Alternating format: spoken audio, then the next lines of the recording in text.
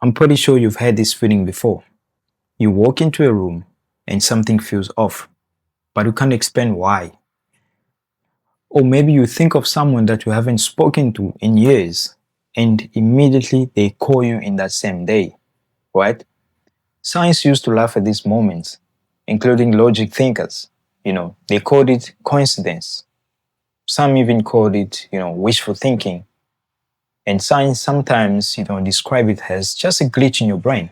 But what if I tell you that modern neuroscience doesn't take moments like this lightly anymore? Because what the ancient traditions have been teaching for thousands of years, that humans, have a form of perception beyond the five senses, is now showing in brain imaging in their labs, right? So what I'm going to do in this video, I'm going to break down exactly how this works. Right. Your brain right now, okay, is processing around 11 million bits of information every single second. Out of all of that, your conscious mind get to see only maybe 50 bits, right? The rest is handled in the background, silently and automatically, without your conscious awareness. And this is what we describe as the subconscious mind, right? Now, here's the thing. That background processor doesn't communicate in words that you can understand. Instead, it communicates in feelings, in images, and gut sensations, right?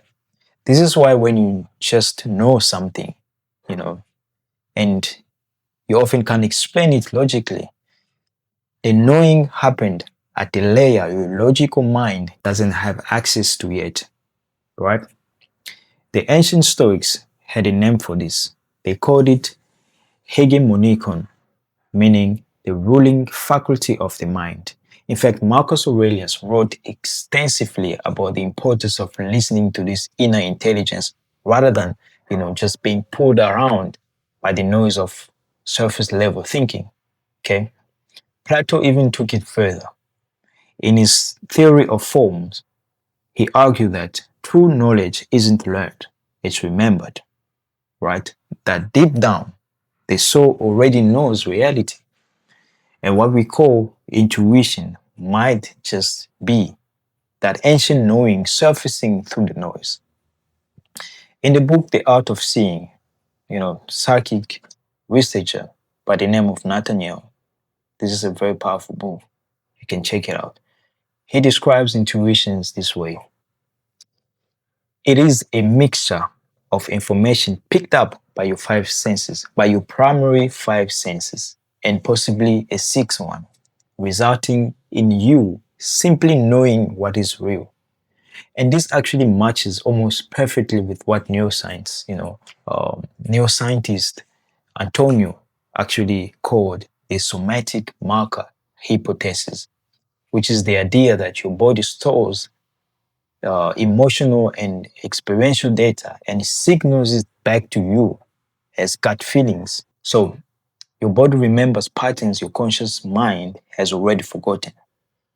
When you walk into a room, and you get that feeling like something is off, your brain is pattern matching against thousands of stored, macro experiences, macro, you know, expressions, tonal shifts, spatial cues, and sending you a summary as feelings, right? That's not magic. That is just extraordinary intelligence. But here's the thing. This is where the ancient wisdom goes even further. While neuroscience explains the mechanism, tradition from Hindu, to ancient Egyptian mystery school, to all philosophers, they all suggested that this intuitive channel could be trained and expanded, that with the right practices, a human being could access information beyond the obvious, right? Every major traditions, placed an enormous importance on what they called the third eye, located between your eyebrows, which is connected to your pineal gland, and it's stated to be the center of your higher perception. Hindus, called the chakra associated with it, ajna, right? Meaning command or perceive. The ancient Egyptian actually depicted it in the Eye of Horus, right? Now, look what neuroscience, um, actually modern neuroscience called the default mode network.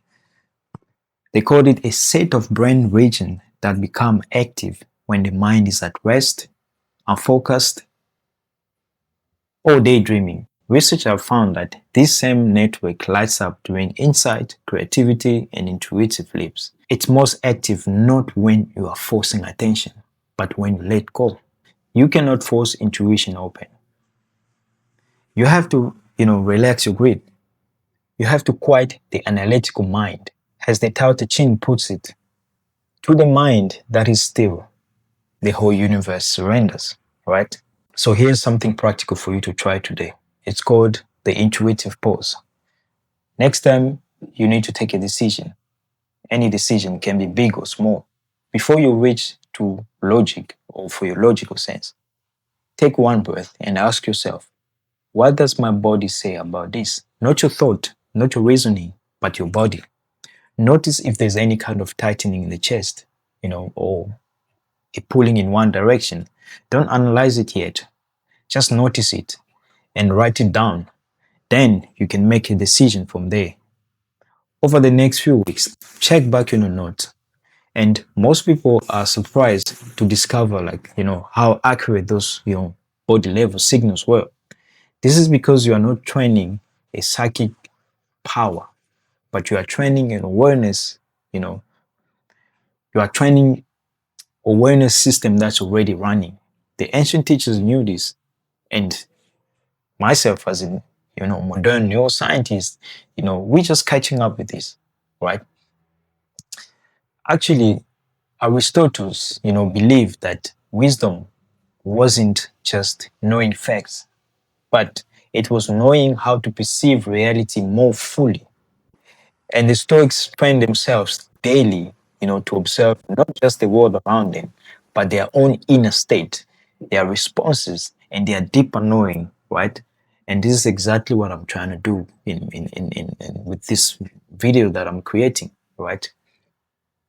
I'm just trying to bridge what the ancient, built for thousands of years, you know, with what science, rediscovering now. Because the most powerful version of yourself is not the one that thinks deeper or harder, but it's the one who listens deeper,